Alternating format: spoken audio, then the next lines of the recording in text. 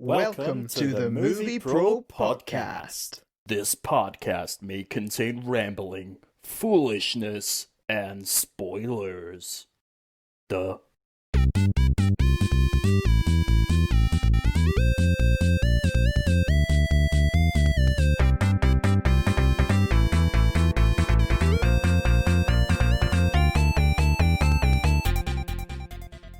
Well, hello and welcome to Movie Probe with my good self, Martin Cowan, and my co-host, Yes, Stewart Ryan Cinnamon. It's your boy, Stewart Ryan Cinnamon, SRS, in the house. What? Oh, you sound very excited this week. How are you?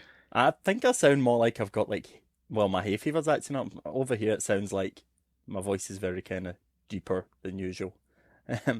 But yeah, I do need to say, if there is any background noise, my neighbours are getting work done to their front garden, so there's nothing I can do about that. Fantastic! I will do my best to cut it out in the edit if it's there, but we will see how that goes. Yeah, it was really loud like 10 minutes ago, but I don't know what they've done, but I think it's calmed down now. But hey ho. Cool. Well, it's gonna be a lively one. Yes, well, if it's gonna be a lively one, let's just get straight into Stu's news. So, Martin, it's pretty much came out that cinemas are going to be opening. Thank goodness. Yep, in Scotland from July the 15th. They have times and dates and movies.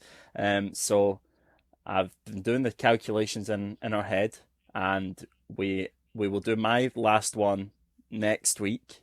Yep. And then the week after that, I think we might do one more, like just a film. And then a week after that, so in two podcasts after this, we will be reviewing movies that we have seen in the cinema. Oh, I'm so excited to actually be able to go to the cinema, watch a film, and then come back and review it. I know that we're going to be limited to what's out, because a lot of the stuff that's getting shown when we reopen is stuff that's already been out. Mm-hmm. There's one film in particular that I've seen, and I'm sure many people have seen, but I know you haven't seen, which is hitting the cinemas. Yep, which is Inception. Yep. And I'm desperate to get you to see this film. Whether or not that's what we do or not, I don't know, because there is some films out. There's one of the films that's out that we haven't seen that we might go and see. You've bought it, I think, actually, to be fair. I've bought it. I've not watched it yet. Yeah, it's Bloodshot. Bloodshot. So let us know if you want us to go along and see that. What we'll probably do for that podcast, I imagine, then, is we'll talk about the film, but we'll also maybe talk about what it's like going, because we know that there might be a few people listening who maybe too scared to go, or they're a bit wary because they don't know what it's going to be like. So, I mean, that's a good idea. We're no fear. We'll go and watch it. But anyway, talking about films that we were expected to see when they were open was obviously Tenet. Yes. I said on the last podcast that there was rumours of it being delayed. Well, that has been made official, Martin. It's going to be delayed to the 12th of August. I have a few more delays here, so I'll just run through them all. Run through them. Yep, so Tenet delayed to the 12th of August. Mulan delayed to the 21st of August. And Bill and Ted Face the Music, that's going to be delayed to the 28th of August. That originally was coming out the same day as Mulan, but they probably seen Mulan was getting delayed, then went, yeah, we should probably move this. So that's why I imagine they've done that. But yeah, three films that have that we would definitely on our list to go and see. But I imagine it because they're going to be big worldwide cinematic releases, and with numbers in America for the virus going back up in certain states like California and whatnot, then it might be obviously the smart decision for them to actually just push back these films. So they give themselves more time. And obviously, with cinemas just opening over here on the 15th, people might be scared to go and see these films. So Tenet was going to be open on the 17th, so I don't imagine that. I mean, there was fair few queues outside of Primark the other day when it opened in Scotland. So I imagine that the cinema's going to either go one or two ways. It's either going to be like that, where there's queues out the door because people are just, waiting to go, or um, people are going to be very weary or wary even of Yeah. going back. So it's just I probably think it's a smart decision from all the yeah, movie yeah, companies. I agree. I think it might take a few weeks for people to start actually going back. Yeah, I mean, you'll get the hardcore loyal cinema people like us who will go straight away, but I think to get the sort of mass audience, it might take a bit of time yeah, still. So I'm not surprised that they've delayed these films for a wee bit at least to try and yep, get a bit more box office. yep. Well, whilst we're talking about future films, let's continue on with some castings. So Margot Robbie is apparently in talks to play starring in the new Pirates of the Caribbean reboot. Now, a Yes, few weeks ago, we talked about Karen Gillan we did. We um, did. being in talks. So, do you think that Margot Robbie's going to be playing a different role, or do you think that Karen Gillan, the talks have broken down with her, so they're moving on to I Margot Robbie? Well, it's hard to tell what because the sources. It was never a sense of Karen Gillan's definitely Yeah, doing it. It was a case of aye. she's in talks. So I think it might Well, just be one of those this things is that still in talks as yeah. well. So I think it's more of a like that. I reckon they'll probably be going up for the same role, and Yeah, you've got two contrasting reports. yeah. And because the latest one is Margot Robbie, I wouldn't be surprised if they've decided to cast her instead of Karen hmm Gillan in the role. Who would you rather see? I'd personally rather see Karen Gillan because See, I think that too. uh, I'm a bigger fan of Karen Gillan, as I've already stated when we spoke about this before. But also it's just the fact that she's, even though she is a big star now, she's not as huge a star as Margot Robbie. And I Mm, think there's something about that, and it not just being this huge star power leading yeah, this new franchise. It's someone, even though she is known, she's a little less there's well known as growth. Margot Robbie. So yeah.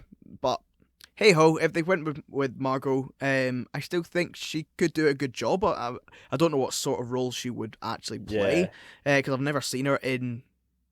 If she is gonna take sort of like a leading role in terms of a similar-ish character to like Captain Jack, who's like the leader of a ship or a pirate. I don't know how that will be handled, but it could be interesting still.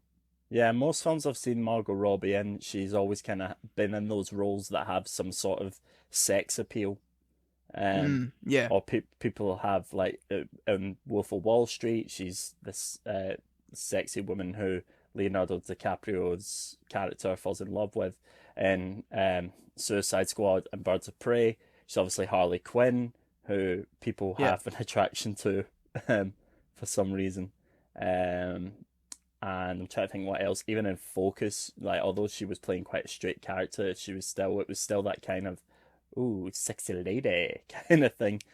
Yeah. So I don't know. I'd quite like it maybe if Karen Gillan played like the kind of like a Jack Sparrowy kind of thing, and Margot Robbie was kind of the Keira Knightley. If we're gonna Yeah, do I it mean, that if they kind of were way, both in the film, that would be ideal because yeah, I like them both, and I think Karen Gillan would be fantastic in a piratey role. So if they were both in it, and it's not an either or situation, that would be ideal. yep. So anyway, moving on. So we talked about last week how Michael Keaton was reported to be going to be playing Batman in the Flash movie. Apparently he will be in costume Oh, at some fantastic! point throughout. So we are going to see Michael Keaton in a Batman costume again. That's what all the people want in 2020. Michael Keaton back in a Batman costume, back in the suit, back in the Ba- game. Back in, yeah, I mean, it's taking you back to classic Batman, but with a, like you say, a modern take on it. Yeah, Considering it's going to be a Flash movie, and it's going to obviously he's going to be traveling between the multiverse and things. Um, so yeah, it's exciting. I like the fact that doing a movie like that, which you could almost consider it taking like a risk because it's you're delving into the past like yeah. years ago. Um, but yeah, it's exciting to me. I'm looking forward to seeing him back in the Batsuit. Yep, it's going to be a good film. I think I personally like Ezra Miller. I think the Flash is a superhero that we haven't been unless you watch the TV show, oversaturated with. Yeah, yeah. So yeah, excited to see when that comes, when that hits theaters and when that comes out and how that's going to look. But speaking of going back to a past and talking about things that have gone on in the past, I want to talk about a director we talked about before. We talked about one of his movies on the podcast before, and that is M. Night Shyamalan. Oh, M. Night Shyamalan. Yep. And he's announced that his next film is going to be released on the 23rd of July next year, so 2021. All right. So not many details about it. In fact, not any details. There's a cast posted. There's not really anybody big in it, like an A-list star or that. So that's going to be quite interesting to see what kind of premise comes out from that. Do you think this is going to be another secret sequel to something like, oh, this is The Last Airbender? I was more thinking like Signs or something.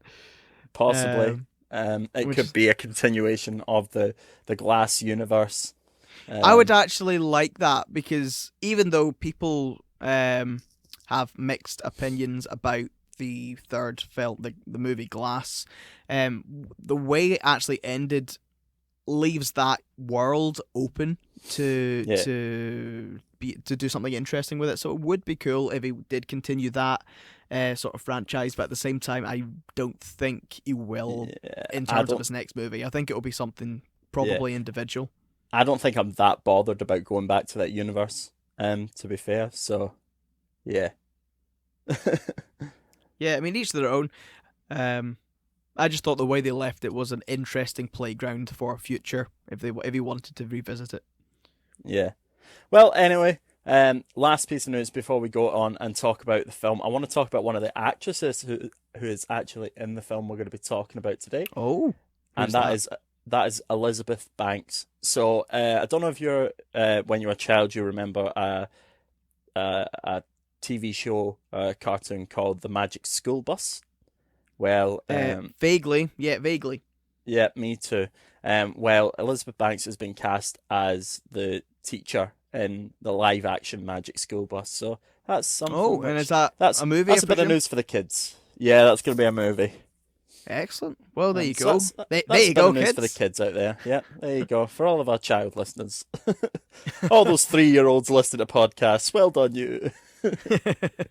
I know. What time is it? Is it past your bedtime? Yep. It's past my bedtime every hour. I just think I should constantly be sleeping. Anyway, yep, that's all I've got for you today, Martin. So yep, we'll call that the end of Stu's news for another week. Let's get on to the movie. Excellent. So this week it was my own choice for what movie I wanted to do, and I decided to delve into the world of the Hunger Games. And were you hungry? Was I? I was certainly hungry for the adventure I was about to go on.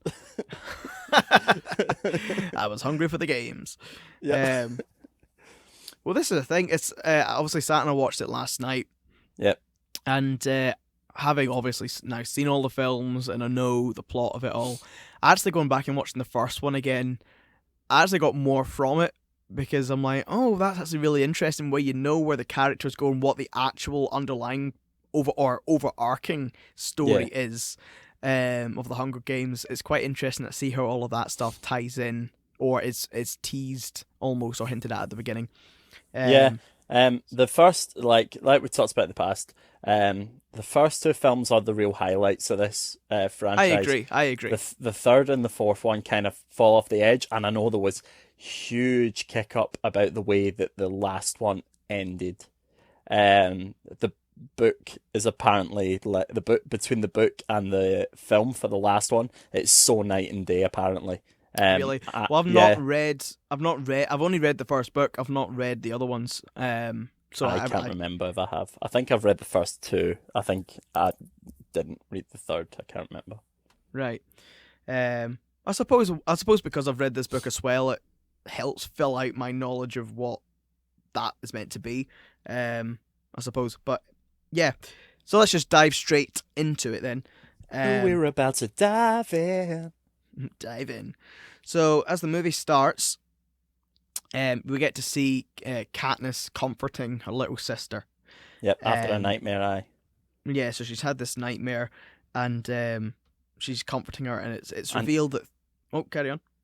I was going to say, and what was the nightmare, Martin? But I believe that you're going to tell me. I'm not, no, because I can't No. remember. Oh, well, the nightmare was that she got chosen at the reaping to be what are they called? Tributes from District Right. 12. So she had a Yes. nightmare that she got chosen for that. Yeah. So I do have written down that she's worried that she'll be picked to enter the Hunger Games. But Yeah. in my notes, I didn't state how I knew that. There you go. But there you go. Yeah. So basically, she's had a nightmare, and that she's going to be picked to enter the Hunger Games. And obviously, at the start of the film, at the very beginning of the film, you do not know what that really is or what it means. But it's clearly very distressing and very worrying. And Yeah. Katniss is trying to calm her down and tell her, look, this is the first year your name's been entered. Your name's only in once. You're not going to get picked. And trying to calm her down. Tries to put her back to sleep. Sings to her a wee bit. And says she has to go away. So Katniss, I'll read what I've got because I've put extensive notes here. I've said I know, mainly because I was like actually paused the film and wrote all this down because there's actually a lot happening in a very short space of time as a first time viewer's perspective. So I've said as Katniss leaves, you get to see where they live. It's a place called District 12. And it's made clear that this place is a place of extreme poverty. There are people eating the very last remains of meat on tiny bones, and there are soldiers patrolling. Katniss makes her way to a district dividing fence that is electrified. She finds a place with a fault in the fence and sneaks through. And just through that alone paints a whole big picture to what this world is. Yeah. That, like you say, they live in a place of extreme poverty. The soldiers marching about. Like you say, they're in an electrified fence area. Peacekeepers, I believe they're called, Martin. Peacekeepers. That's right. They're peacekeepers. However, they're armed. And so, how else will you keep the peace, Martin? According to police nowadays, you know. Well, but that's not a door I'm that not we go opening through that at this door. moment in time. Yeah. So, but basically, it paints a picture that they're actually. It looks like they're in some sort of like prison camp, detention camp. Really, is what you really look, and it's. But as you say, they're in a place called District 12, and Katniss has to leave. She goes through this fence that she's not meant to go through. She finds a fault in the fence to get out of there, and she's. It appears after that she's going hunting. Yep. But as a first time viewer, that clearly, that really only happens in the space of about a minute. Really paints a vivid picture of where they are, what their living conditions are, and gives you a little hint of what this world is. Yeah, it sets the scene very well, definitely. Yeah. So she goes and she gets a bow and arrow that she has stashed away in a tree outside of the fence, and she goes hunting. And then we meet Gale, who is our hunky Liam Hemsworth, hunky man. That's right. Although what I did notice is macho man. What I did. This was obviously filmed a long time ago, but a lot earlier on in their careers. And what I did notice is even though he is macho, he's not as macho as I've seen him in future films. I'm like, he's a little bit more frillo in the face here. He's still little more very doughy. Still very handsome and still very physically fit. But he winds her up and prevents her from getting a kill of a deer, which I thought was a bit of a not a very nice move, even though he's on the wind up. But considering that they're struggling for food, I'm like, what you doing, mate? No, she's not hunting. She isn't hunting to. She says she isn't hunting to. Well, she doesn't say she's not hunting to eat the deer, but she's hunting to sell the deer. Yeah, she does go on to say that, but I think he says to her, "Oh, what are you gonna do with that? How are you gonna carry that?" Yeah. So I understand, but at the same time, it's still a bit of a like, seriously. Yeah, I think um, I think as well that kind of highlights something, the fact that she's killing it not for herself to uh to feed off of, but to get money for. yeah. So that to me that kind of already shows an importance that money is the most important thing over Mm. food. Yeah, I mean, I suppose money is like you say it, food obviously feeds you, but money can get you other types of food, or money can get you things you need. It's not just Yeah. food that they need. So yeah, uh, it's uh, it's an interesting point. Um, so yeah, anyway, it appears that on this day, you see a big ship flying over, and this is a day where they choose the contestants for what is the Hunger Games. And at this Yes, stage, it's the reaping. the reaping. Yeah. And at this stage, you still don't really know what the Hunger Games is from a first-time viewer perspective. But it's the tone of it. You know, it's something really bad because Yeah. Katniss says to Gale, "Well, how many times has your name been entered?"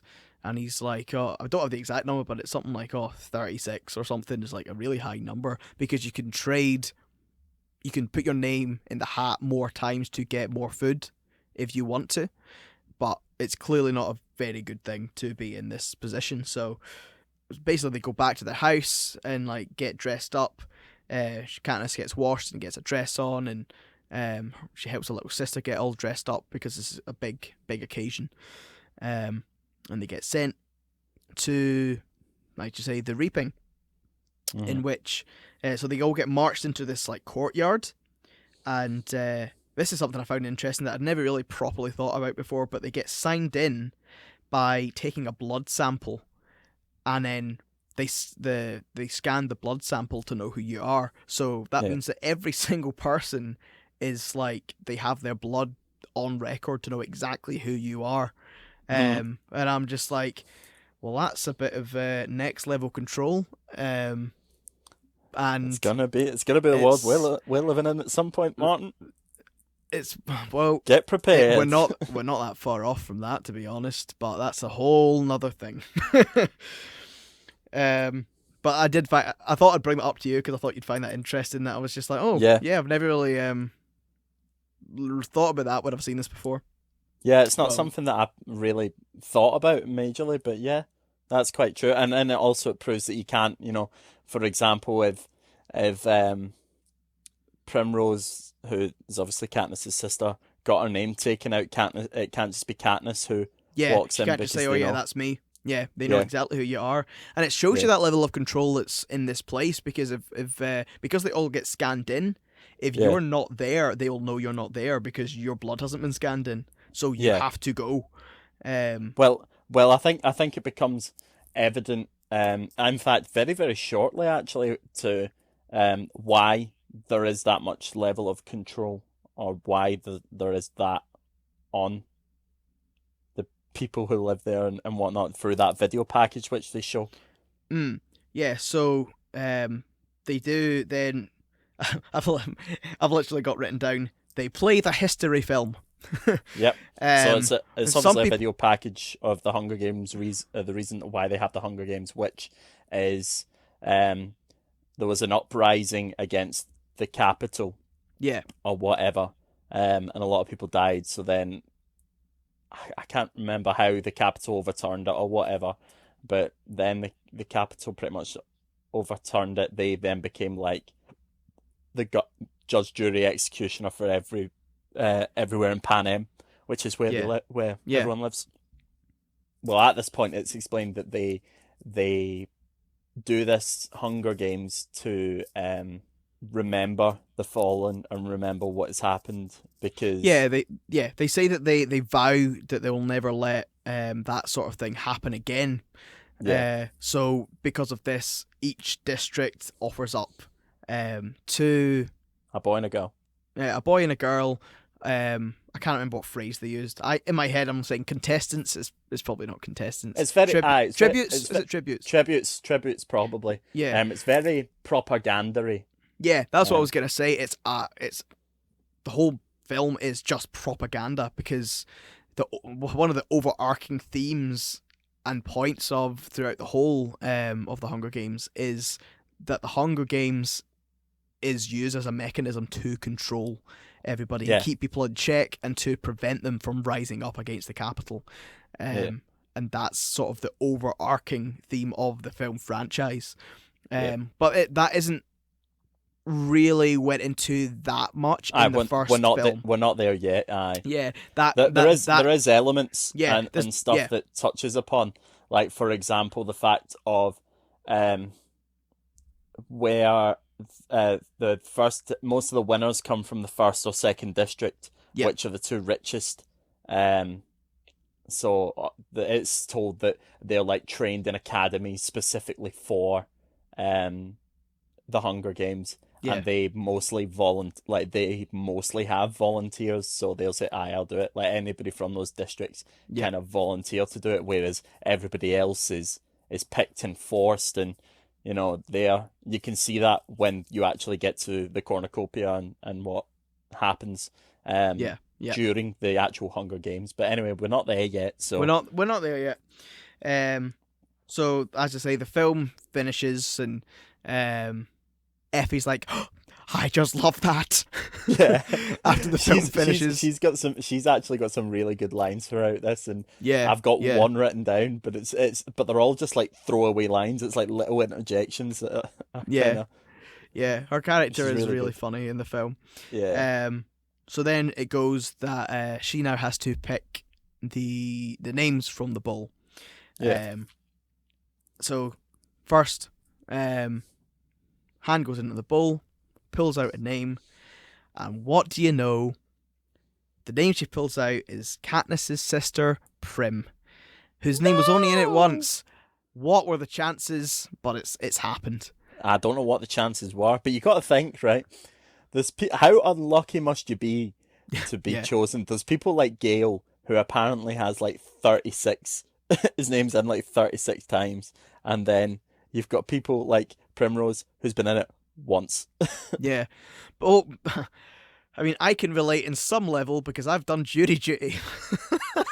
So have I. and I've show been picked twice. but I've been so have I, and I've been picked to go onto the jury though, No, I've not. and I was the first name I out, taught the myself out first it. name out the hat. Uh, Genuinely, like I'm sitting there, and out of this room full of folk, and your name gets picked out. It's literally like the Hunger Games. They literally have a bowl of names, and they just yeah. put the hand in and pull out one, and it was me, and I'm like, what are the chances?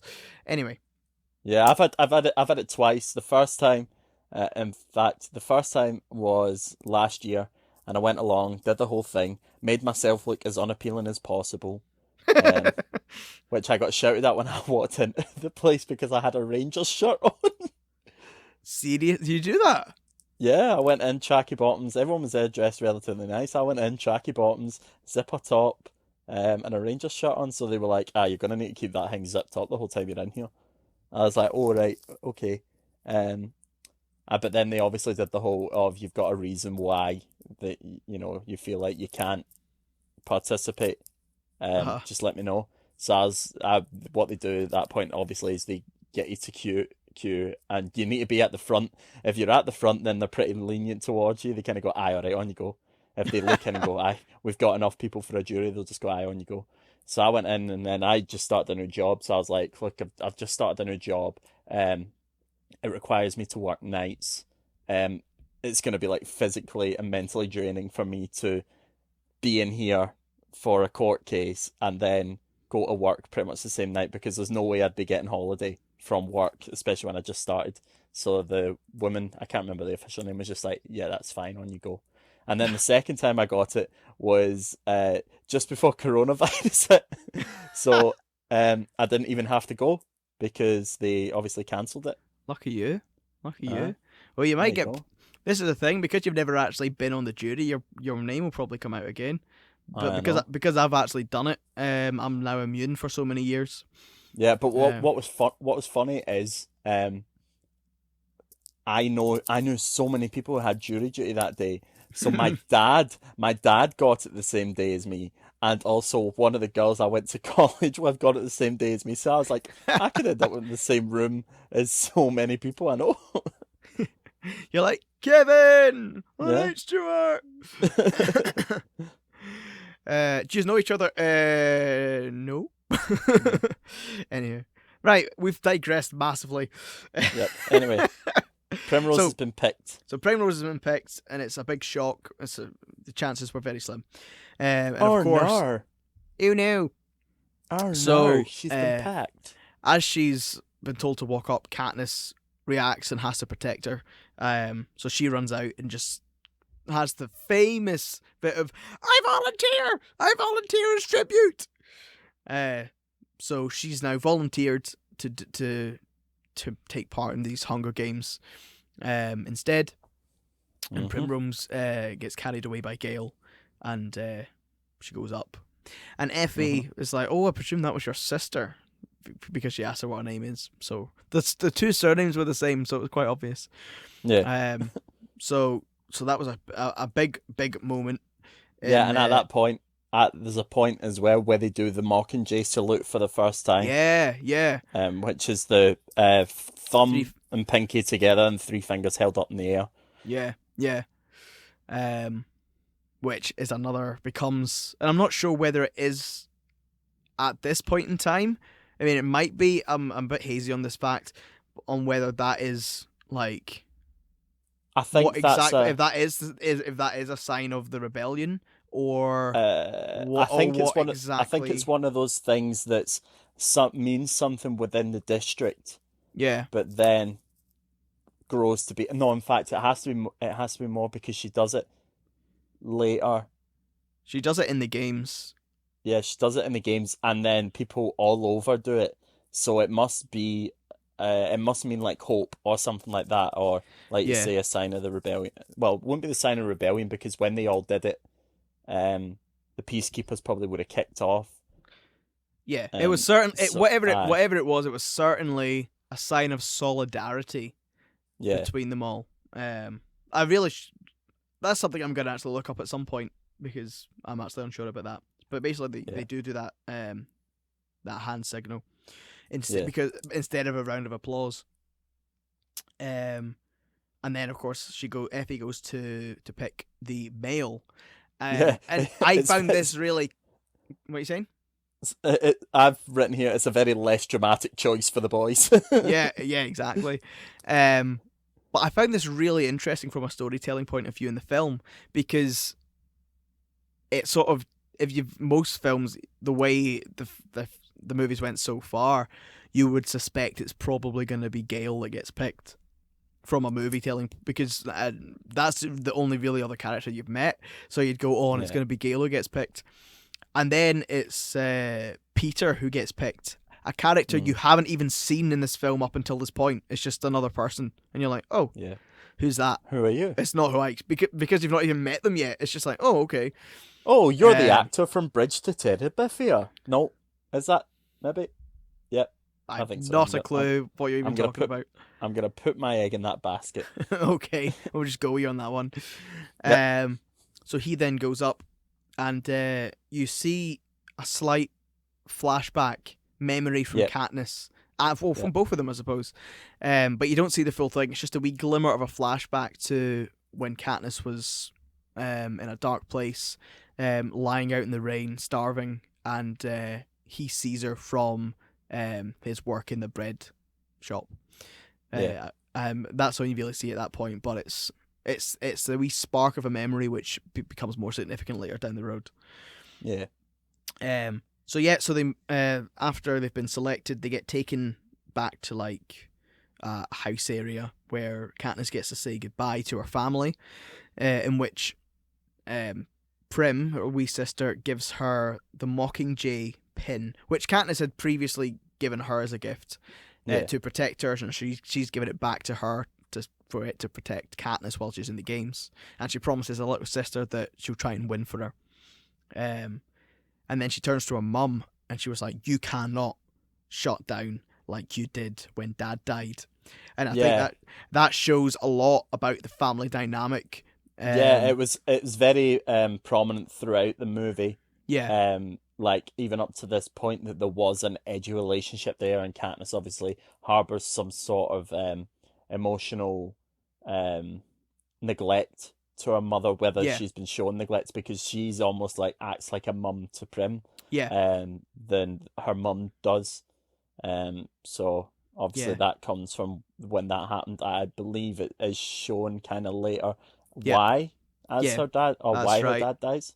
Yeah, Um, it is. But as you say, this really does go to explaining a lot about how Katniss is such a strong character because she's had to go through so much and grow yeah, up so fast because of her mum shutting down when she was younger and after their dad died.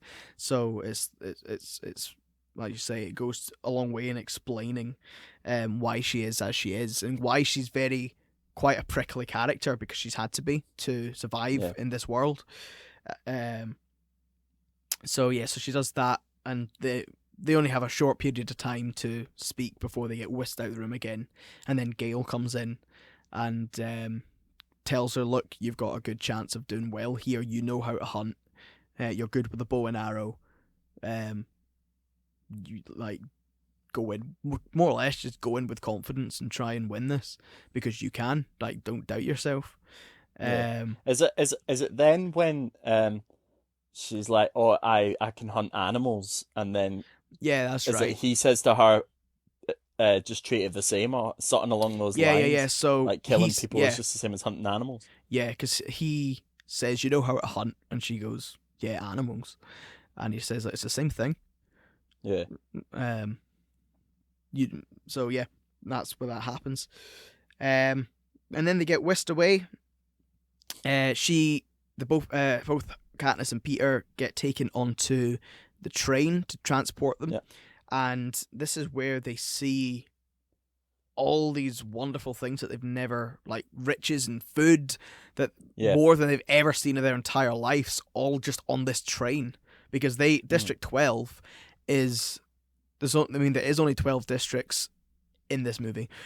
yeah, And there is only 12 districts, and each district, the lower district you get, the more poor you are, and that's how the yeah, districts work. So they're literally in the poorest district with the lowest, like with the most poverty, and to see all of these riches and wonderful things just on this train is mind blowing for them.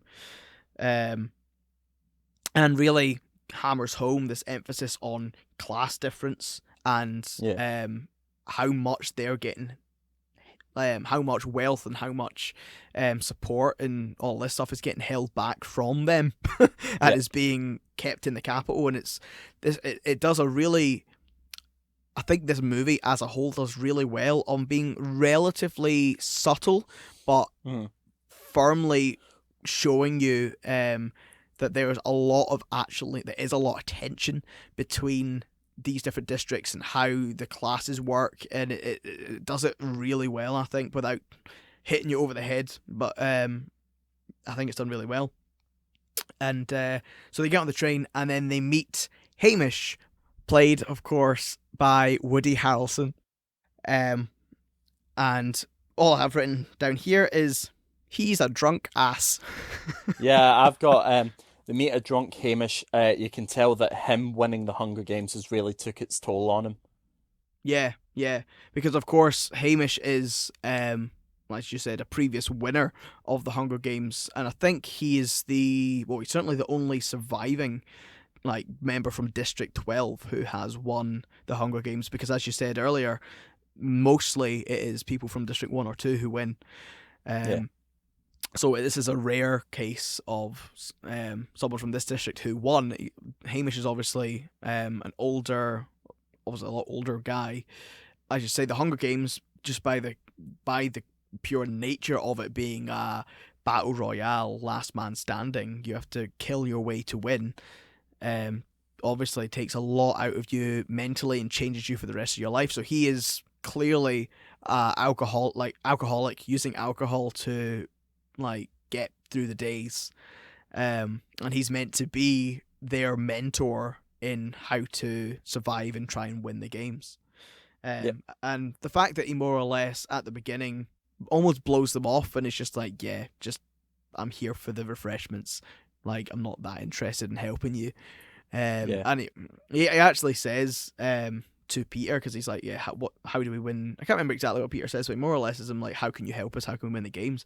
And he was like, oh, just accept that the Yeah. inevitability of your imminent death, and know in your heart that there's nothing that I can do to save you. And you're just like, wow, these people are about to go into the games, and you're telling them that. It's like, what a ass. What a donkey. So he's not a very nice character at this stage, but I think Peter's like, no, I need to try and win him over, and he's our best chance to learn. So he goes. Aye, off there's to a find point him. where Hamish pins down Peter as well with his foot, Yeah, and that's right. and you can see on his second toe next to the big one, he's missing a bit of it. I've never picked up on that, to Oh, be honest. I only caught that's the first time I caught it, and that obviously shows that he's not just mentally scarred, he's probably physically scarred Physically, yeah, yeah, from winning the Hunger Games and whatnot. So yeah, yeah.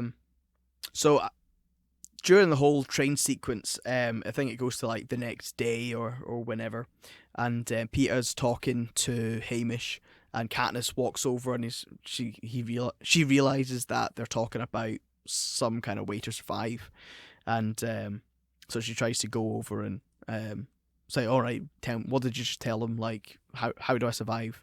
And Hamish is just like, oh yeah, just pass the jam, and Katniss is like, no, tell me. And then she like nearly stabs his hand, just misses, yeah. and This stabs the is where table. I've got the Effie Trinket line. Yeah, okay, you can say it. Go for it. What is that? Is mahogany. That is mahogany. So then he says, "Oh, you want to know how to survive? You need to get people to like you." Yeah. And then I thought this line was really good as well, like the way it was delivered afterwards, because he goes, "Oh, not what you were expecting, was it?" And then he makes a point that Katniss is not doing very well at getting people to like her. She's a really prickly character. And then Peter goes over to the window as they enter the city and starts waving out the window to everybody. Yeah, that's what I've written here. There's an interesting point I want to raise here as well. Yeah. So obviously he goes and looks out the window. You could tell that he's overwhelmed and totally in awe of of the Capitol. Yeah. But the music that is playing in the background isn't music that you would associate with being like, oh, this place is magic and all that. It's very kind of low, sinister, like this is not a good place to be, despite the fact it's all colours. And obviously they come from a place, if you noticed earlier in the film, everything's grey. Yeah, like, yeah. The way that it's shot, everything's grey, and you come into this capital where there's all colour and people's hair's bright and people's eyes are bright and clothes are bright and everything's colourful and this. So yeah, you can see that he's really kind of overwhelmed. I've written he's like a pig in muck with all the attention that he's getting from people. Yeah, exactly. And but when he's waving out the window to all these people and smiling, and like you say, he's overwhelmed, but at the same time, he's being very clever because he's trying to win over fans. He plays the game very well. I've written that somewhere later as well. There's more or less everything that he does is because he knows he's not going to win the games through strength and through like his ability to survive. He's going to need to try and win the games in another way, which for him is going to be trying to win people over to get people to like him, to try and get packages or to try and team up with people some way, because he knows he's not through fighting is not going to be his strength to win it. So he's very clever in the way he does things. Unlike at the beginning, Katniss is just like, I just want to learn what your advice is for me to physically survive this place. She's basically fight my way, yeah. She's thinking of fighting her way out because of how she's had to be since a younger age. Exactly. And as the film goes on, we get to see how that her mentality changes when she realizes that's not the only way to win. But anyway, so once they get to the city and they all start going through their almost like detoxification, like they get completely scrubbed down, they get their hair gets completely washed and blah blah blah, to make them look as nice as they can possibly make them look on the telly. And this is where we get to meet Cinna for the first time. Cinna, yep. who And is he seems to be the first genuine person who's been yes, warm to her. yes, he's the first genuine character who is genuinely wants to help her and isn't just part of the system. Yeah, Which is telling as we go through the books and the movies that he's actually on the good side of the sort of revolution. So that yeah, that's not discussed in this film. But we meet him, and he designs the outfits for like the big reveal, as I have written down. When they get on the chariots, and it's the big opening day where you meet all the tributes. tributes. Yeah, Um, and he decides that, well, he tells Katniss that traditionally each district wears a costume that's to do with the like traditional job roles of their district.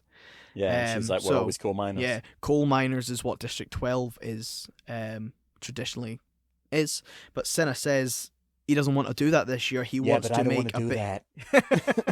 yeah, he wants to make a big impression. So he designs a suit which creates realistic looking but fake fire. Oh no, realistic? No. It's meant to be realistic. Literally, I've got a note here saying that's a dodgy looking fire, by the way. You have to remember this film was released a while ago now, but yeah, 2012. the fire still looks good for 2012. Oh, okay, if you want. It's also still meant to be a bit fantasy-like because it isn't Yeah. real. It's meant to not look like they're genuinely burning alive. But Yeah. So yeah, and the thing to do with that is also to do with the whole reason he does that is all to do with this revolution thing and trying to create her as a spark for this revolution. Yeah. As I say, not touched on much in this film, but that is the actual purpose behind all of that. So they all go, they get on the chariots and they have the fire and they draw the attention of the world who's watching. That's who everyone's focused on is them. So Senna does a really good job. And Peter does this thing where he goes to grab Katniss's hand and she's like, Yeah. pulls away. She's like, what you did? Effectively. And he's just like, no, they'll love it. Come on. And she's like, oh, right. Yeah, I should probably do this. So they hold hands and raise their hands up to the air and the crowd goes wild. And the commentator, I can't remember his name, who's like the Caesar, host. Caesar, that's right. And he's like, oh, look at that. Look how proud they are. I love that. He's a really funny character. I actually think he's really good in the movies. Yeah. So yeah, and then we get to meet President Snow, who I also have in brackets, the big bad. Yeah, he's only in this film for less than 10 minutes. Yeah, he's not. Yeah, he's not in it a lot, but it's clear that he is the one who is the kingpin, who is in control of everything. And he obviously does a short speech to welcome everyone to the Hunger Games. And yeah, that's really that. Yeah. So after the big event there, they get taken away and they get shown where they're going to be staying, and they get shown their rooms, and yet again this is another moment of overindulgent in riches beyond what they've ever experienced before they walk into this room. And just the living area, not even their bedrooms, the living area is like bigger than most people's houses. They've been told that each district gets a floor and they're going to be in the penthouse. They're in the penthouse. So it's huge, and the rooms are huge. And in Katniss's room, she has like a digital wall where she could change what design the view is, and she flicks it through, and she flicks it to like the woods where she's used to being and stuff. But that's technology, like beyond what they're used to. Like it's just mind blowing for them, because they went from the lowest of the low to experiencing the highest of the high before they go into the games. Yeah, you think that's all part of propaganda as well, because obviously, yes, you know, with them being like the lowest district, they're going to put them in the penthouse, which is probably the fanciest. So it's all about showing them how great the capital is and all this kind of stuff, and that's how they're going to do it. Yeah, exactly. So then we move on to the point where they begin their training. And so they all get brought into like I say, the training bit, and they're told, look, don't fight each other now. You have plenty of time to do that in the actual games, and pay attention to the survival skills. Everyone's going to want to grab a sword and weapons and train with them, but in reality, a lot of people are actually going to die through either freezing to death, malnutrition, or dehydration, like being exposed to not exposed to the environment, not actually getting killed. So they go through all these training things. Peter shows his skills with a paintbrush, and he's able to. I find this funny because he's able to paint his like whole arm in to look exactly like a tree and it shows Katniss, and the only explanation given to how he's good at that is the fact he used to design cakes when he worked in the bakers. And I'm just like, but that's like, that looked exactly, that still doesn't explain how you're a master at creating that, but okay, well, let's just go with it. So they do all that. I'm just gonna. The training is nice and fun, but I'm not gonna spend too much time talking about it. They do train. Yeah, there's only certain parts in the training that really matter. So, for example, there's a conversation between Katniss and Peter, and it becomes evident that I think Peter says to Katniss, my mum said that a winner might finally come from District 12. But she didn't mean me. Yeah. And then obviously we get to a point that obviously is a conversation that him and Katniss have, which kind of turns Katniss towards him a little bit, because obviously that she's very much in the mindset of, well, I'm gonna have to kill this guy at some point. So now she's kind of like, oh, this guy's actually, he's all right. He's a nice guy and whatnot.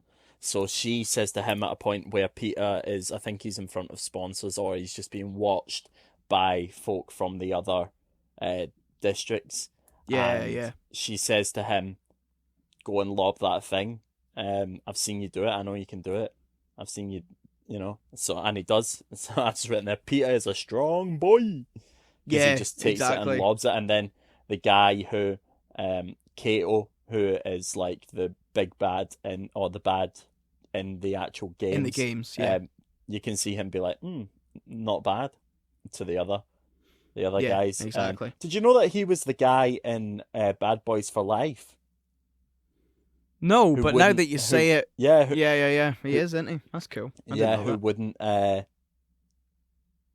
who did all the drones and the tech because he has to get fed. Yeah, that's him. I knew I recognised his face when I watched it. I just didn't know where I'd seen it from. But yeah, that's funny. That is him. Yeah.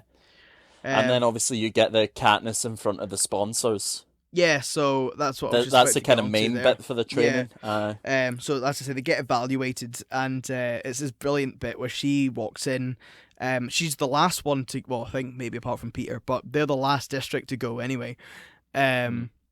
Which means that the people who are judging them have been sitting there all day. So as she walks in, they're just chatting. They're not really that interested. They don't rate her. No. So she walks straight up and she's like, oh, Katniss Everdeen, District 12. And they're like, all right. So they go to watch. And she takes her first shot with a bow and arrow, which is her strength, obviously. And I don't know what it is, it's nerves or whatever, but she misses a shot. And they all just laugh and go, oh, and pass her off as she's hopeless. And then they continue talking. So she goes and gets another arrow, aims and gets it bang in the center, like a perfect shot. And she's like, there, and she looks, and not one of them even saw it because they've already judged her, and that's it. Yeah. She then gets that angry that she sees, because they're all up in their area feasting, and there's a big roast pig with an apple in its mouth, and she gets that angered that none of them are even paying attention to what she can do. She just grabs an arrow and just shoots the apple out of the pig's mouth, where they're all standing, and it was only a small gap. It literally, if she misses, she could hit one of them, and she hits the apple bang on, and it smacks off the wall, and they all turn around shocked at her, and she just looks at them and goes, "Thank you for your consideration," and then just bows. Bows, puts herself back in. But it's not like a proper bow. It's like a really sarcastic. Yeah. It's basically a mic drop. That's exactly what it is. And of course, it then cuts to they're waiting on getting the scores, and Effie's raging at her like, "Oh, that shines a bad light on all of us." And then Hamish comes down with this big smile on his face. He's just like, big thumbs up, just like, "Yes, I love that." And he's like, "What did you say?" Like, "Thank you for your consideration, genius." um, and then Effie's like, "Oh, what if they take it out on?" And he goes, "What? Take it out on who? Them? Like, I think they already have." Like, loosen your corset. And then you get to see all the different scores through the through the districts. You see that Peter gets a 8, which isn't the highest of scores, but it's not a low score. It's workable. It's okay, and they're quite happy with that. But of course, the big concern is what they're going to score Katniss, because are they going to be furious that she shot an arrow in the general direction of all the at them? And it turns out that she gets given an 11, which is a very high score. So they were clearly very impressed, and that's the highest. I think it's the highest that anybody gets. So they're obviously very impressed with her, which is really good, because the higher your score, the more chances are that you're going to get sponsors, because I think that's also how it works.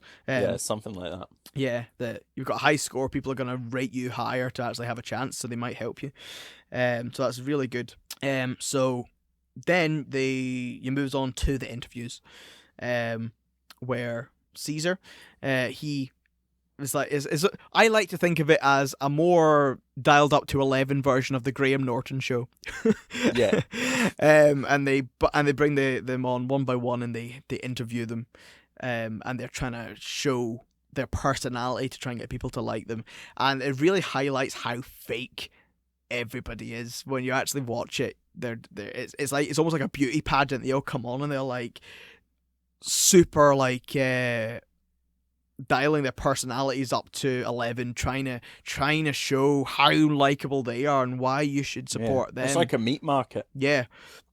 And this is obviously not Katniss's strong point at all, because she's just so prickly and so real that she's like, but whereas for Peter, it's just so easy. Peter walks out and he smashes it. Like, it's just so natural, and he just completely hams it up. But Katniss goes out first. Cinna gives her another fiery dress again, so she can use that to her advantage. And she goes out, and she does actually really well for her, and she's able to show her fire dress and able to sort of win over the crowd enough that she's likable enough. So she does quite well. Yeah. And then, as you say, then Peter goes out, and I've got written down, Peter is very charming. And he does this whole bit with the host about, do I smell like roses? Do you want to sniff me? And he sniffs him, and all this stuff. And they have a bit of banter between each other, and he goes, "Oh, you smell better than me." And then the host is like, "Well, that's because I've lived here longer." And it's all this very much showbiz banter to try and make him look very likable.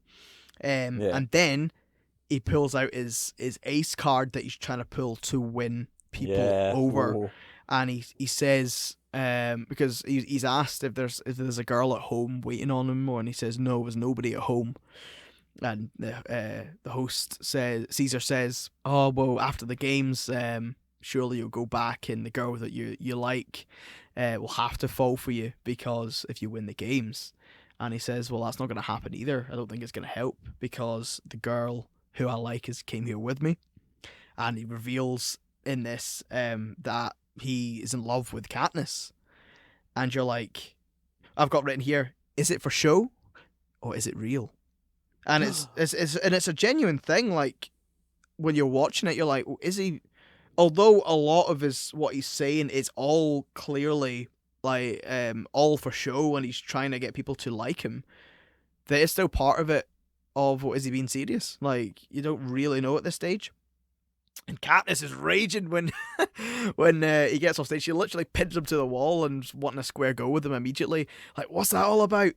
And Hamish is quickly on guard to remind her that he's actually done her a huge favour in the fact that makes her look desirable. Yeah, you look desirable, and I can sell the story of star-crossed lovers. And she's like, "But we're not star-crossed lovers." And he's like, it's a TV show. Like, this could save your life. And she kind of, it's a point where her mentality starts to shift, where she realizes that she's gonna have to fake Play a the lot game. of stuff and play the game to try and win this, and not just think that she has to be real all the time. She's gonna have to sort of fake some things. Yeah. And I've just got written, the games begin. So they all, at this stage, they're all in the wee tubes, and they go up into the games, and they're standing on the platform, and in the middle of the arena, as they're all standing up, is loads of stuff. There's probably food there. There's loads of weapons. There's supplies right in the middle, but that is a kill box. So Hamish is telling her, don't go, just turn around and run, because you'll get killed in there. Find high ground, find water. But of course, immediately she sees that there's a bow and arrow there, and she's really tempted to go for it. But Peter looks at her while they're on the podium, and he's just like, more or less signaling to her, do not go for that bow. So the games begin, and I've just got, there's a massacre at the beginning. Katniss. It does become a kill box. Yeah. Katniss resists the urge to go for the bow and arrow. She manages to pick up a bag with the basic necessities to survive, and she manages to run away. She was attacked with a knife, which she manages to block with the bag. But yeah, she resists the urge to actually just charge into the middle, because the bags are slightly further out. She's able to grab one of them and then dart away. Where she runs into the wee ginger girl, and they just look at each other and they just run off in separate directions. Yeah, Katniss kind of like does the, I'll kill you, because she can see fear in the other girl's eyes. Yeah. So she's like, I'll do it, and then the other girl just runs away. So the other girl backs down. Yeah. So they both head off. She gathers water, creates traps to catch food, and she takes shelter in a tree to sleep in. And that's kind of what happens. So, like, as she gets away, she like just tries to stay away from folk and just try and survive for a bit. And then that night they show in the sky that the sky of the arena, because they're in this sort of like bubble. Yeah, this bubble, this arena, and it's like kind of very futuristic, techie wise, because they can like. Yeah, I think it's more of like a virtual reality. Yeah, kind of. Because they have control over things that happen in there. So it's like, as we see later on, they're like up at a tree. Yeah. So that's more or less where the games are held. So in the sky of that, they show the fallen tributes. So, and as you show them, it's revealed that Peter's name is not up in the sky, so he must have survived, which is, as you say, she's having now mixed emotions about Peter, because she still thinks she's probably going to have to kill him, but at the same time, I think she still has some affection for him. So it's like, oh, good, he's still alive. So she sleeps in the tree. And have I missed a bit? Hold on. Yeah, I have. Yeah, so she falls asleep in the tree, but while she's up there, she can see that there's a group of people actually formed, and they formed like an alliance, more or less, and they kill one of the girls who's lit a fire, which Hamish actually says back when he's talking to Peter a while back, that lighting a fire is at night time is a really bad thing, because you're just gonna announce to the world exactly where you are, and that's what this girl does and gets killed. So she can see that from the tree where they are, and realize there's an alliance. And what you see is that Peter, or Peter, Peeta, Peata, Peter.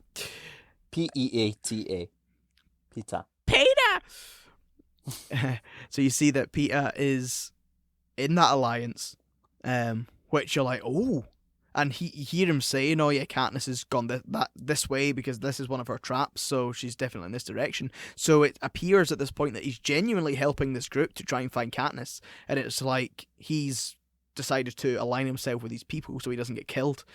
So Katniss is clearly a bit miffed. So yeah, in the morning she decides that she needs to get away as far away as she can from everybody. So she just walks as far as she can away in a different direction. And she walks so far that she gets close to the edge of the arena. And so the game masters decide, well, she's nearly at the edge, we need to turn her around. So because they are in control of the environment, they set the forest on fire where she is and like send fireballs in her direction.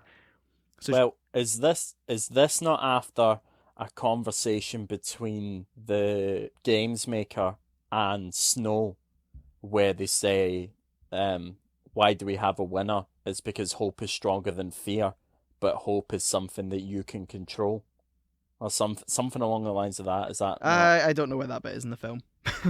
okay? I think that's then, because then I'm going, oh, they're trying to, oh, because obviously he's like, this Katniss girl's doing amazing, but she's from District 12. We can't have her win. So Snow basically tells the games maker, do what you can to kill her because hope is stronger than fear, and she's giving people hope. Yeah, yeah. So I think they do. That is the point of this bit. First of all, they're trying to turn her away from the edge of the map because once she gets there, then she's at the edge. So it's like, no, turn her around. But they deliberately turn her towards where that group is, and also they're firing fireballs at her and fire, so she could just be burned alive at this point. They really are trying to make sure that she's the next one to die. So as I say, they set the woods on fire and there's fireballs flying at her. She's running away. She actually gets her leg badly burned, but she manages to get away enough that she gets into the water. But because they've directed her in this direction, she's right in the path of where the group is, the Alliance group is. And to the extent that the games maker says to one of the people who works there, get the cannon ready to announce that that someone else has died, because they're like, yeah, Katniss is about to get killed. And you actually see the person go on to Katniss's name in District 12 and like gear it up that she's about to die because of that's what they think is going to happen.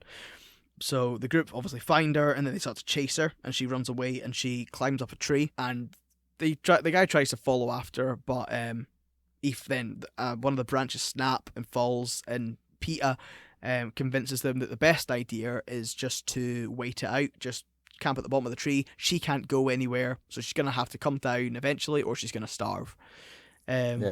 Which can be seen in two different ways. It's either quite smart tactically, from Peter's point of view, from their point of view of, yeah, we'll just wait her out. She can't go anywhere, so we'll just wait her. It is quite a smart move tactically.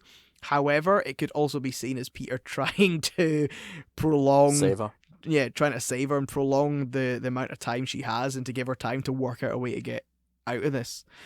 So Katniss is now just stuck up this tree with her leg burning. She's in severe pain.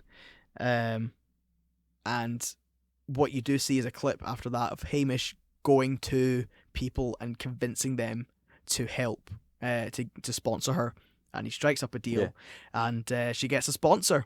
And this wee package flies down and lands in the tree, which is able to get, and it's cream, like a healing cream, which is able to heal her burned leg, which is great. But she's still stuck up there.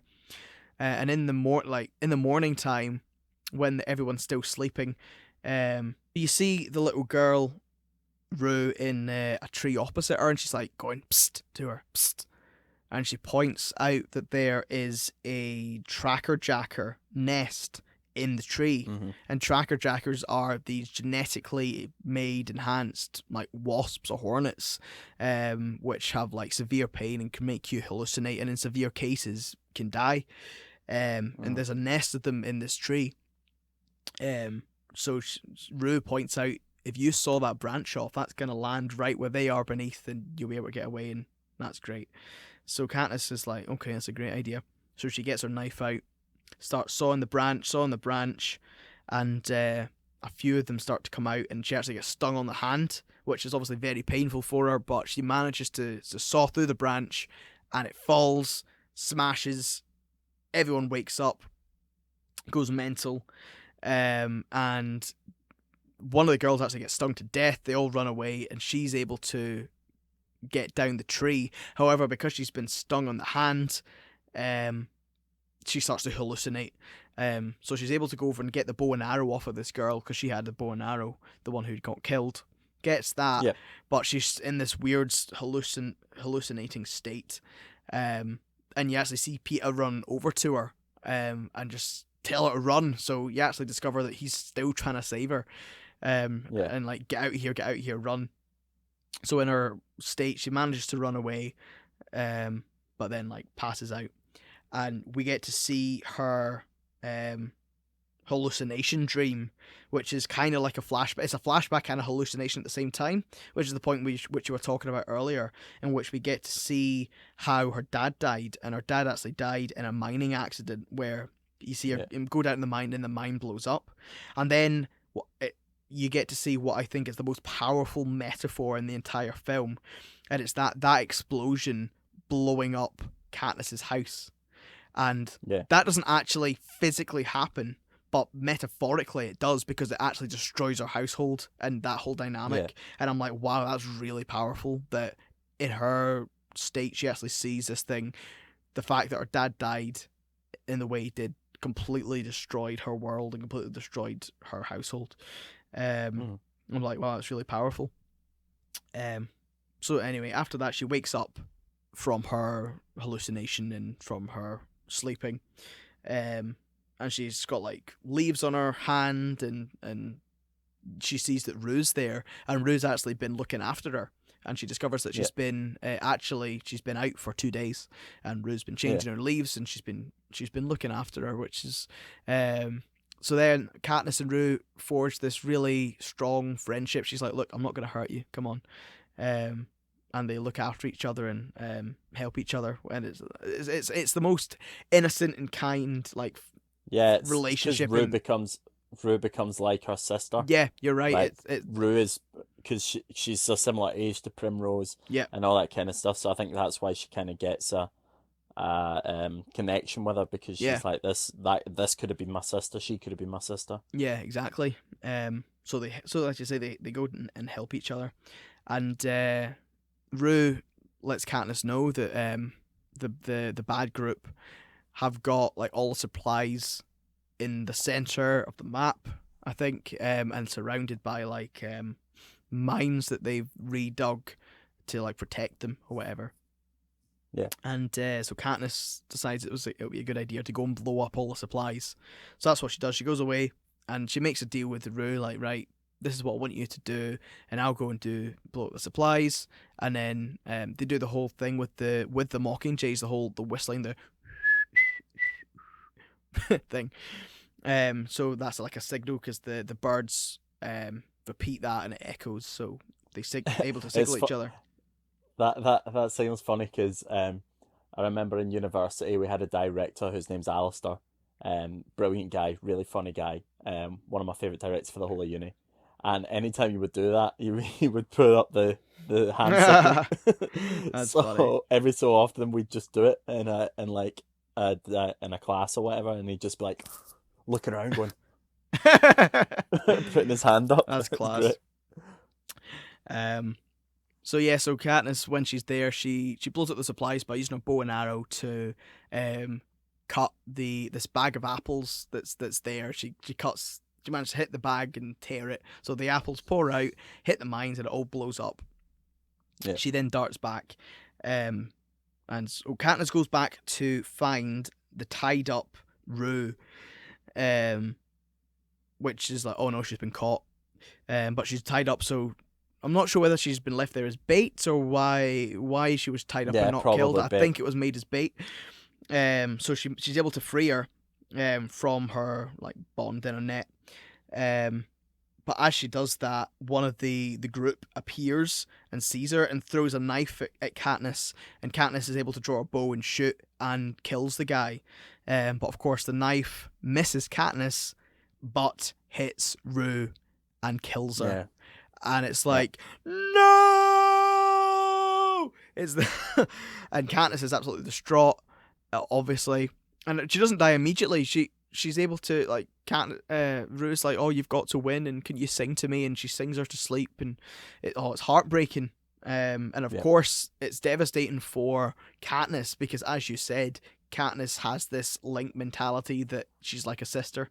So Yeah, and that's when, and she obviously, she makes her a grave, and they have she that kind of starts off this Katniss becoming the people's champion thing. Yeah.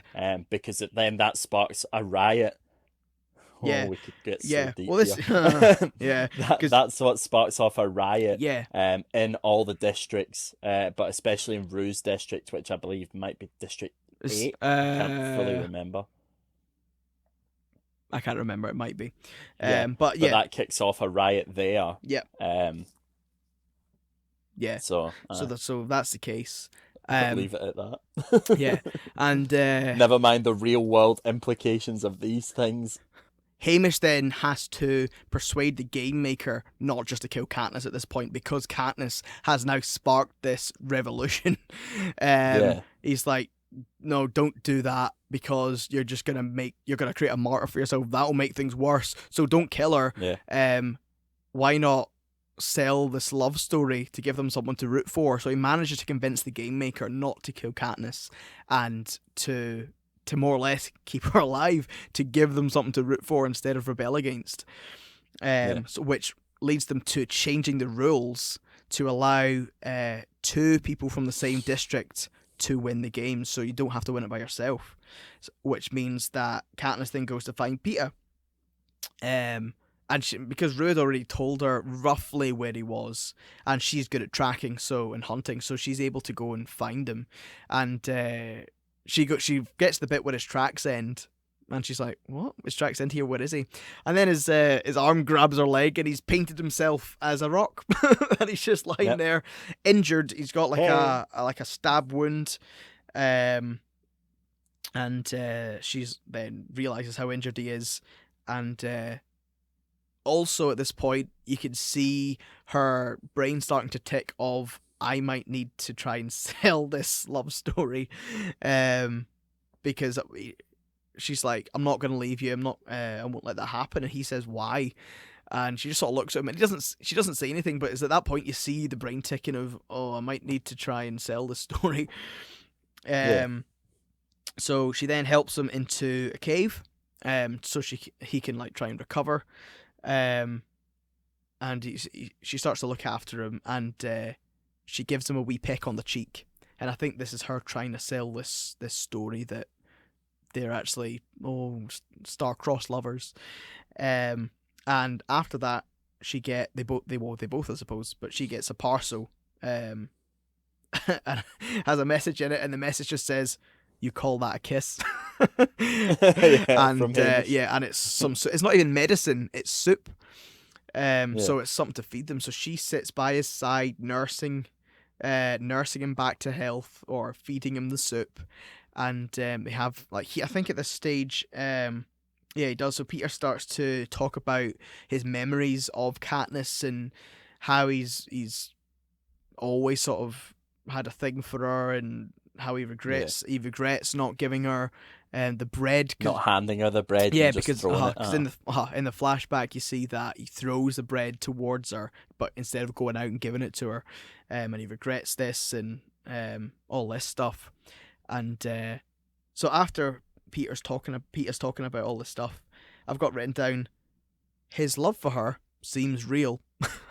And at this point you do start to go, this isn't fake. He actually does feel these things for her. He's not just putting this on. Katniss, on the other hand, I don't think quite reciprocates that at this stage. She's like, all right, but she knows she has to try and keep up this, try and sell this story. Facade. So the game makers at this point comes over the tannoy and offer all the remaining contestants something they need. They say that every contestant needs something at this point. So, and when it's going to be and what time it's going to be there. And Peeta doesn't want her to go He's like, no, don't go. It's too risky. So at this point, she chooses the time to give him a proper kiss and goes in for it. Yeah. Whoa. To which then he says, "Well, now I definitely can't let you go." He says, "Stay." So she goes, "Oh, all right, okay." So she just like lies with him for a bit until he goes to sleep, and then she sneaks off to go and get this medicine for him.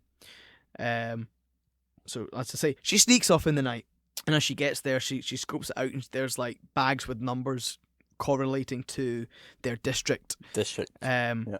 So she's about to go, and then she sees the wee ginger girl dart off and get hers and disappear. Right, okay. So now she goes. She sprints over, grabs the bag, runs around the corner, and she gets attacked by a girl from obviously that group. And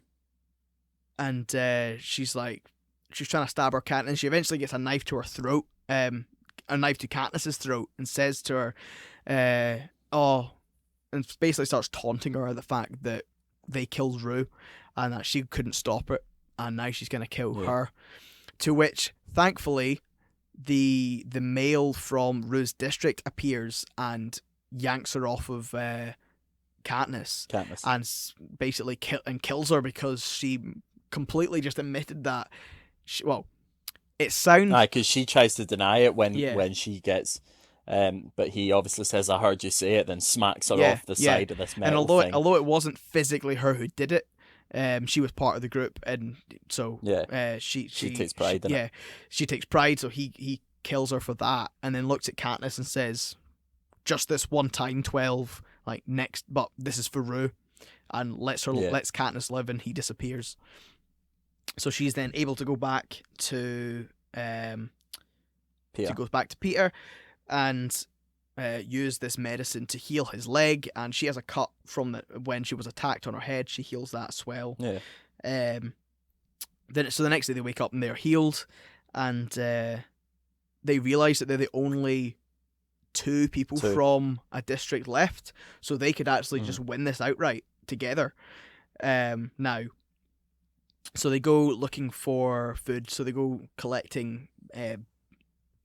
Peter goes to get some berries of some kind, and Katniss is going to go hunting for something, and the cannon goes off, and Katniss comes sprinting back looking for Peter, and sees this bunch of berries on his jacket, I think it is, in like where he's been collecting them, and she realizes that these berries are poisonous, and she completely freaks out because she thinks that Peter is dead and is like trying to find him, and then he runs into her and he's not eating them, and but I think this is at the point that you start to realize that Katniss does have some genuine feelings for him now, because she genuinely freaked out. It wasn't now she knows that she doesn't have to kill him. Yeah, I think that's a big game changer. Now that she knows that she doesn't have to kill him, they can survive this.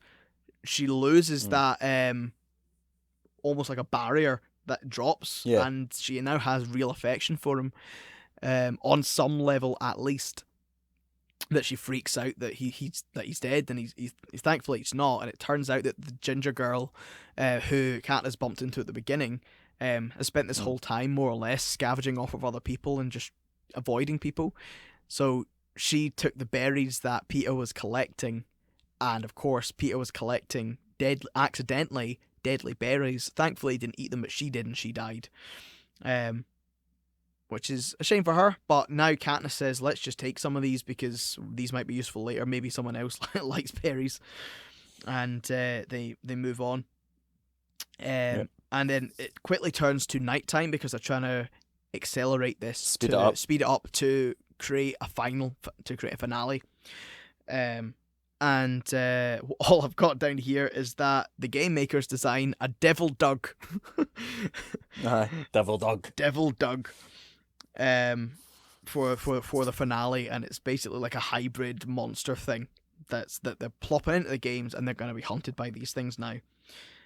So they plop them into the game, and it starts chasing Katniss and Peter, and they sprint as fast as they can to try and get to the middle and try and get to high ground onto this area that has all of the like weapons and stuff in it at the beginning. So they manage to get up there.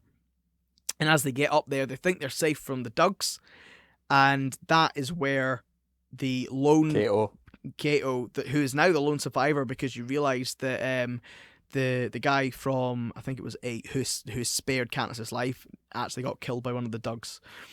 So this Kato guy's the last remaining guy, and he was already up there, and they start fighting, but he manages to almost take Peter at knife. Yeah. I think it's at knife point anyway, or he certainly has him in a hold. Yeah. And he's saying, "Oh, go on, shoot us both, and then you've won. That's you." And he's trying to convince himself, "I can still win this. I can still win this." But Peter does this clever thing where he almost like signals to Katniss just using his eyes, shoot And his and his finger, shoot his hand right there, and I'll push him off basically. And that's what she does. She shoots his hand. He lets go. Peter and then flips him off onto the ground to all the devil dogs, and they devour him. Yep, and that is the only person that they intentionally kill through the whole Hunger Games. Yes, you are right. Yep. Right. Yeah, because Katniss does kill the guy who killed Rue with an arrow, but that was never mind. Yeah, but that no, I'm wrong. Okay, so they killed 2 people in the whole Hunger Games. Yeah, and even at that was more of a reaction to protect. It wasn't like I'm going out. Yeah, it was a reaction thing. But so you're right in that sense. But yeah, and he's actually shouting out, "Oh, just kill me, like, because stop my suffering." So she just goes over and fires an arrow into his skull to put him out of his misery. So it looks like now they've won the game, because that's them, the last 2, and the game makers turn to them and say, "See that rule that we changed? Yeah, we're changing it back. So changing it back now. So you're gonna have to kill one another." And then Katniss has the genius idea, and I think she also at this stage now understands the way things works well enough to know. Because Peter does turn around and go on, just kill me. Yeah, so Peter's just like, "Yeah, you need to win this. Like, just kill me. You should be the victor." But as I say, Katniss, I think, now understands the way things work well enough to be willing. Yeah, that they need a winner. That they need a winner. If they both die, they don't have a winner, and that they can't allow that to happen. So she says, "Look, we've got these berries. Let's do a suicide pact and eat them together." She tells Peter, "Look, trust me." And they count down from 3. Because they're now on that wavelength to each other. That they know what kind of each other is meaning. Yeah. So they count down from 3, go to eat it, and the game master shouts, "Stop! Look, okay, so you've both won," and allows them both to win. So, which is great. They now get out the games, and they're now officially victors. But Hamish, when she meets up with him, quickly points out they are not happy with you. Look, you've just made them mad. You've made them look. I can't remember exactly what he says. If you made them look weak, or you've made them look foolish, or something like that. Yeah, or something along the lines of that. Then you see that the game maker is now been forced to take his own life by Snow, because Snow had pre-warned, like, "Don't let me down," and like, you're playing with fire here with this Katniss girl. And the fact that this happened, he's now like, "Yep, you need to take your own life," and he gets taken into a room, which then the doors get locked, and the only thing in that room are the poison berries in a bowl. So you don't actually see it, but it's very apparent that that's what happens. And then, as I say, the rest of the film, the final few minutes is just basically Katniss and Peeta going round the districts and continuing to sell this love story, because that's one of the things Hamish says to Katniss is, "Look, you need to sell this story. You need to say that you couldn't imagine living life without him, so I would rather die than not be with him. You have to sell the story because it's important for..." And I think as the other films go on, it reveals why it's so important that they more or less don't get themselves killed. Like, look, you need to sell this story in some way, because this could have major repercussions.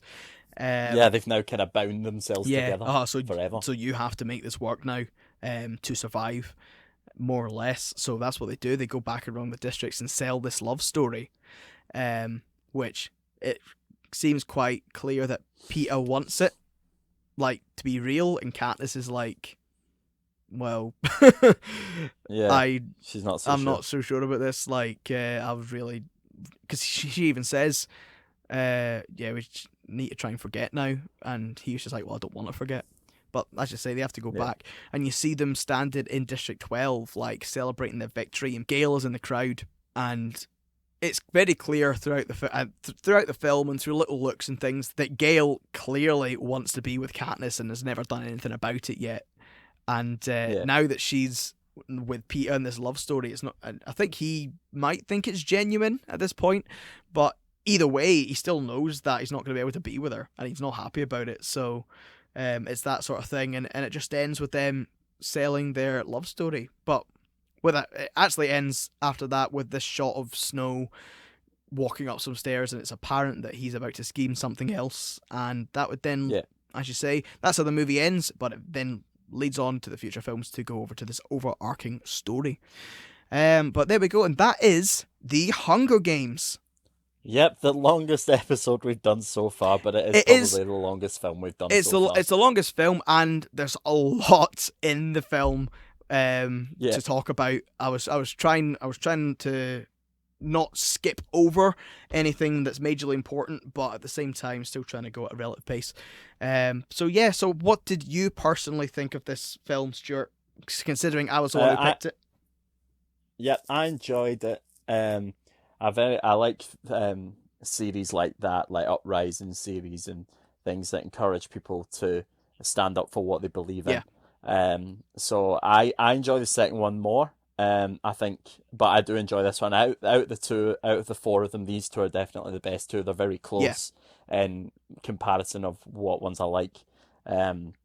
So yeah, no, I enjoy it. If I was going to give it a rating out of 10, I would give it a solid 8. Martin, what about you? That's a very high score from you. I will give this film a rating of 9 out of 10. I think it is very, very good. Especially on this rewatch, I think I've appreciated it on another level, like not just as they're in the Hunger Games and they have to kill each other. The sort of political sort of tensions in the overarching story, as well as everything that actually goes on character-wise and relation-wise between Katniss and Peeta and all of that. Love it. I think it's fantastic. So as I say, 9 out of 10. Absolutely solid film for me. Love. Really, really enjoy it. Yep, fantastic. Well, do you know what? Now is the time for me to reveal my final film just before we finish. Excellent. And So, I'm genuinely excited about this because you've told me that you've known what this film is going to be for weeks, and I don't know what it is. So I'm excited to know what I'm going to be faced with as the final pick. Okay. Well, I decided, Martin, I'm a man of the people. I listen to what our audience have to say, and I'm going to give them what they want. Martin, you are finally, after many, many years, going to be watching Space Jam. Space Jam! Whoa! Space Jam. Okay. Welcome to the Space Jam, Well, Martin. Welcome. I'm going to be ready to go on an adventure. Because genuinely, I know it's a classic thing that you've went on about for a while, but for me, I have I have no desire personally to watch it. So it's going to be really interesting to now be forced to watch it. Now I'm forcing you. Now I'm forced to watch it and see what I think of the film. Well, so cool. That's the thing. It was either going to be I had 3 options here. Okay. And it was either going to be Space Jam, a Goofy movie, or Hamilton. And I was just going to get into that. But I thought we'll do Space Jam because many people have always said, "Oh, I can't believe you've not seen Space Jam." Well, you're about to be rewarded. Now you will. So anyway, speaking of shout outs and rewarding our audience, I am going to reward some of our most loyal listeners this week. So I want to give a shout out. My shout out of the week this week goes to Ian Cowan and Lisa and Liam, and I don't know their second name, so Martin, you can go with that. Yes, their surname is Toms. So big shout out to you guys. Obviously Ian is my brother, so I'm Ian brother Ian. Ian brother Ian. In all seriousness, I'm hugely appreciative of you for all the support that you give us, because you genuinely listen to every episode and share our posts and like our posts and everything like that, and genuinely I seriously appreciate that, and love the fact that you all listen, so thank you. big shout out to you, and I'll see you soon. Yep, speaking of sharing and liking the posts, please go and follow our Instagram at MovieProbeOfficial. Our Facebook page, you can find us, MovieProbeOfficial. Our YouTube page as well, you can find us, MovieProbeOfficial. Make sure to subscribe, hit the bell, turn those notifications on. And as well, you can hear us on all great platforms like Spotify, Apple Music, Google Podcasts. But if you want to find out where you can get all of our information, if you find our Instagram page, we have what is called a link tree, and that will link you to every single social media and place to find our podcast. So thank you for listening, and we look forward to you join us again for Space Jam next week. We'll see you at Space Jam. See you later. Thanks for listening.